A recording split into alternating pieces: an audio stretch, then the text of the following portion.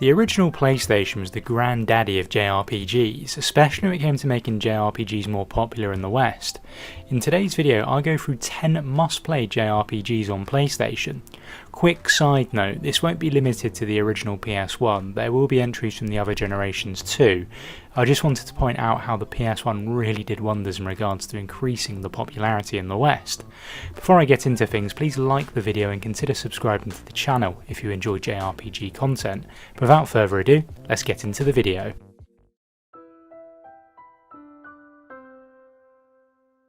Now, Final Fantasy X was the first entry into the PlayStation 2 era of Final Fantasy games. The game features a deeply emotional, engaging narrative. It follows Tidus and Yuna on a journey to save the world of Spira from the monstrous entity known as Sin. The story is filled with memorable moments, twists, and a touching romance. Spira is a beautifully crafted world with a rich history and diverse cultures. The setting combines elements of fantasy and tropical environments, creating a unique and immersive experience not previously seen in Final Fantasy. The conditional turn-based battle system allowed for strategic planning and execution. Players could switch out party members during battles, adding a new layer of strategy that wasn't previously seen. The Sphere Grid is an innovative character progression system that allowed players a high degree of customization. It allowed for flexible character development, making leveling up both rewarding and strategic. As the first Final Fantasy game on the PS2, it showcased impressive graphics for its time. The character models, environments and cutscenes were visually stunning and have aged very well. The soundtrack in this game as well is one of the best in the series, and it had iconic tracks on it that enhanced the emotional depth of the game. This was the first game in the series as well to feature voice acting, which added a new dimension to character interactions and storytelling. Overall, Final Fantasy X is just an absolute masterpiece that should definitely be checked out if you haven't played it yet.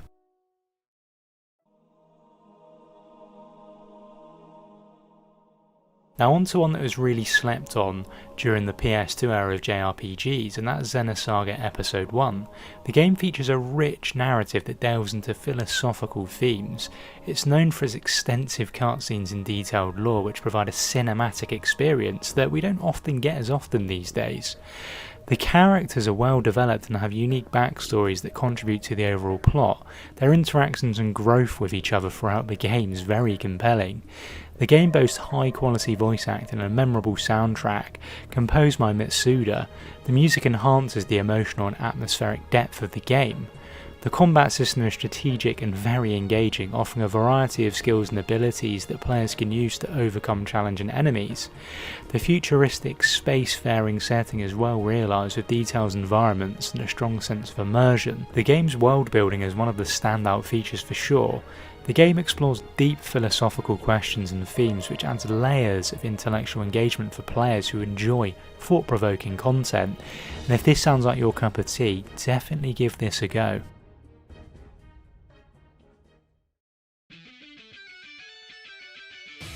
It's actually kind of crazy that I haven't mentioned the Trails game on this series, and I think I'll do a 2 for 1 in Trails of Cold Steel 1 and 2, which are both beloved for so many reasons.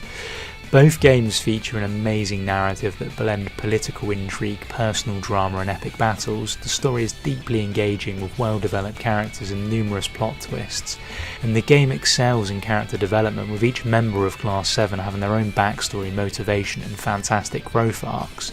This makes the characters feel real and very relatable. The turn-based combat system is both strategic and satisfying. It allows for a variety of tactics and strategies, making each battle feel really unique and challenging. The world is also richly detailed, and exploring the world and uncovering the secrets is a very rewarding experience. The soundtrack, it's composed by the Falcon sound team and is exceptional and enhances the emotional impact of the story. The music just perfectly complements the game's atmosphere, making every moment more immersive. Trails of Cold Steel 2 picks up directly where the first game leaves off, providing a seamless continuation of the story, and this makes the transition between the two games smooth and keeps the narrative momentum going. It has multiple difficulty levels, hidden quests and various endings, and both games offer a high replay value. Players can enjoy different aspects of the story and gameplay just on subsequent playthroughs. And if you're looking for a reason to get into the Trails series, I definitely recommend starting with these two. Now, this is a game I've mentioned a couple of times now on this channel, and for good reason, and that's Suikoden 2, and it's often held as one of the greatest JRPGs of all time for several reasons. The game features a rich narrative filled with political intrigue, betrayal and deep emotional moments. It balances grand political conflicts with personal stories, making the journey both epic and intimate. With over 108 characters to recruit, each with unique backstories and personalities, the game offers a depth of character development rarely seen these days in JRPGs. The game includes both traditional turn-based battles and large-scale strategic war battles, adding variety and depth to gameplay. Despite being released during the rise of 3D graphics on the PS1, Suikoden 2's detailed 2D art and animations have aged gracefully and continue to charm players. The soundtrack is widely praised for its ability to enhance the emotional and atmospheric aspects of the game. With multiple endings and numerous side quests, the game encourages players to replay it to experience everything it has to offer. If you're looking for a fantastic experience from the PS1 era, definitely give Suikoden 2 a go.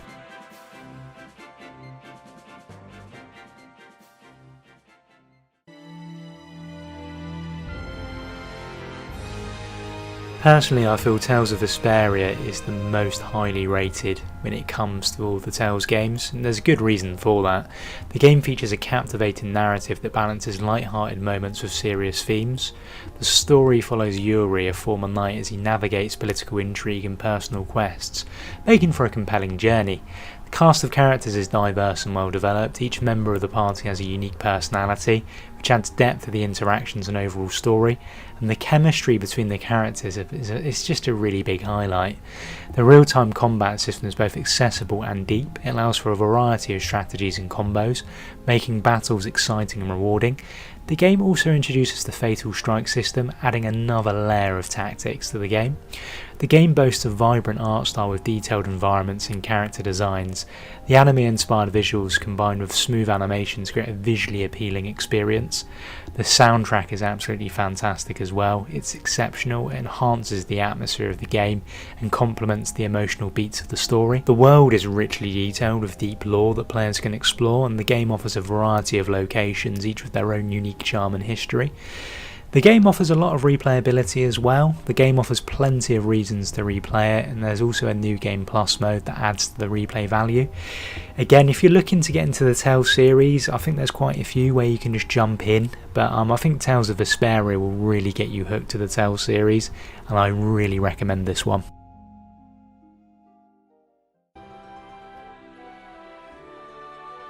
Now, Star Ocean the Second Story initially came out on the PlayStation back in the 90s, and it's recently got a remake, and for good reason. The game features a compelling mix of science fiction and fantasy, following dual protags Claude and Raina.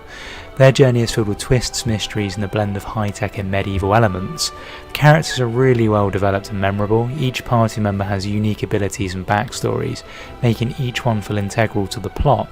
The private action system allows for deeper character interactions and multiple endings. The game features a striking visual style that combines nostalgic 2D pixel art with modern 3D graphics. The combat system has been revamped as well to include new strategic elements. You can also enjoy full voiceovers in both English and Japanese, along with a choice between the original and rearranged music. Personally, I would go with the original just for nostalgic reasons, but the rearranged music is still really good. They've also added quality of life improvements like fast travel have been added to the game just to enhance that gameplay experience and just make it more modern. But overall, the remake is fantastic, but I would still suggest playing the original as well.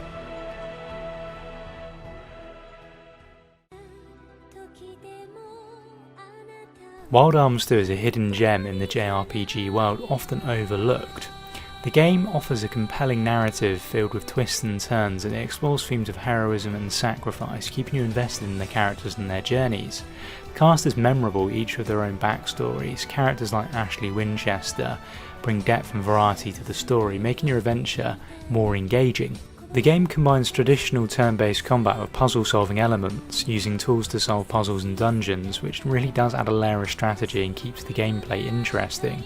While the graphics may seem dated, they do have a nostalgic charm.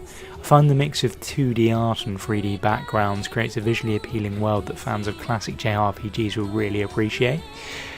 The music, the OST in this, is a standout feature and it really enhances the game's atmosphere as you go through the game. One of the main criticisms of this game though that may have held it back is the English translation, which can be a little bit rough at times, but if you can look past this, this is a fantastic game that you should really check out.